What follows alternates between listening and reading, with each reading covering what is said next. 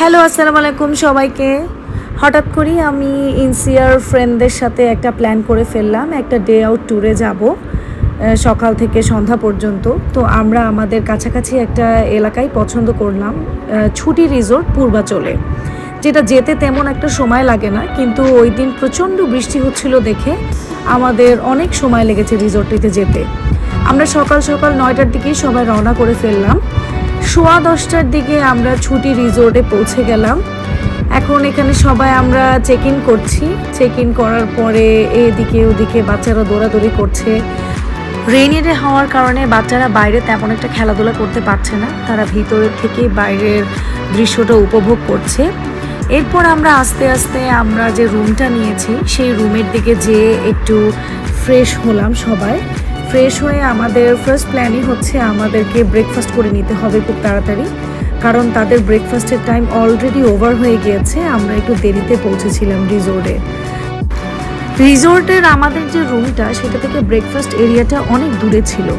তো বাইরে বৃষ্টি পড়ছিল, তারপরও বাচ্চারা একটু যেন তেন করে, ওই টাইমটাতে অবশ্য বৃষ্টি পড়ছিল না, গুড়ি গুড়ি করে পড়ছিল।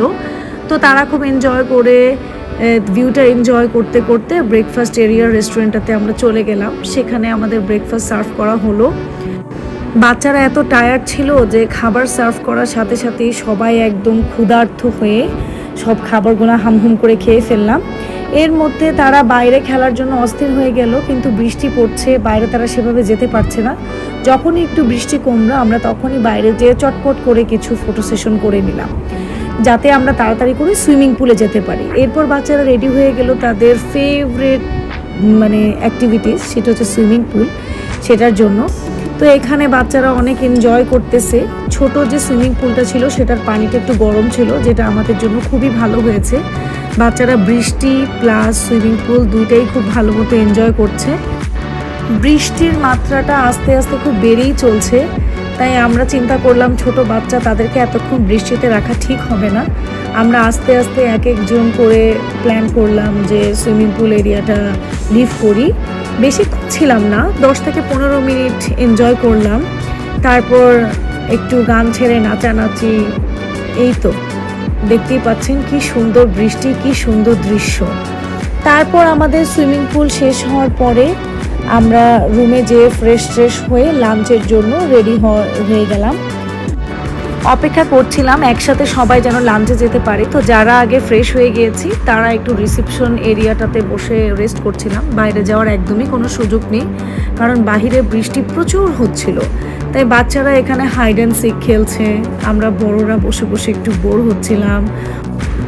তারপর আস্তে আস্তে সবাই চলে আসলো আমাদের লাঞ্চের জন্য। আমরা ভাবলাম যে আমরা যাই, ঠিক সেম রেস্টুরেন্টেই আমাদেরকে যেতে হবে, যেটা আমাদের রিসেপশন এরিয়া থেকে অনেক দূরে। লাঞ্চের আইটেমটা ভালোই ছিল, তবে তেমন একটাও ভালো ছিল না ফুডগুলো। তো এখানে আমরা লাঞ্চের জন্য বসে রইলাম। তারপরে সবাই লাঞ্চ করে বাচ্চারা এখানের এরিয়াতে দৌড়াদৌড়ি করছিল, খেলছিল। আমরা আসলে এই রেস্টুরেন্টটাতে কাইন্ড অফ স্টাক হয়েই গিয়েছিলাম, বাট আমাদের রুমে ফেরত যাওয়ার কোনো অপশন ছিল না। সেই একটাই কারণ, বৃষ্টি, এছাড়া তো আর আজকের দিনে কোনো কারণ নেই। উইকডেজে প্ল্যানটা করেছিলাম, তার কিছুদিন আগে থেকে অবশ্য বৃষ্টি চলছিল। ভাবছিলাম যে আজকের দিনটা বৃষ্টি হবে না, কিন্তু সেটা হলো না, বৃষ্টি চলেই গেল এবং একটা সেকেন্ডের জন্য মনে হয় বৃষ্টি বন্ধ হলো না। তাই আমরা সবাই লাঞ্চ করে রুমের মধ্যেই চিল করায় স্টার্ট করেছি। টিভি দেখছিলাম, গল্প করছিলাম, এটা ছাড়া তো আর কোনো উপায় নেই। এভাবে গল্প করতে করতে বিকাল হয়ে গেল। এভাবে গল্প করতে করতে আস্তে আস্তে আমার ছোট মেয়েটা টায়ার্ড হয়ে ঘুমিয়েই গেল।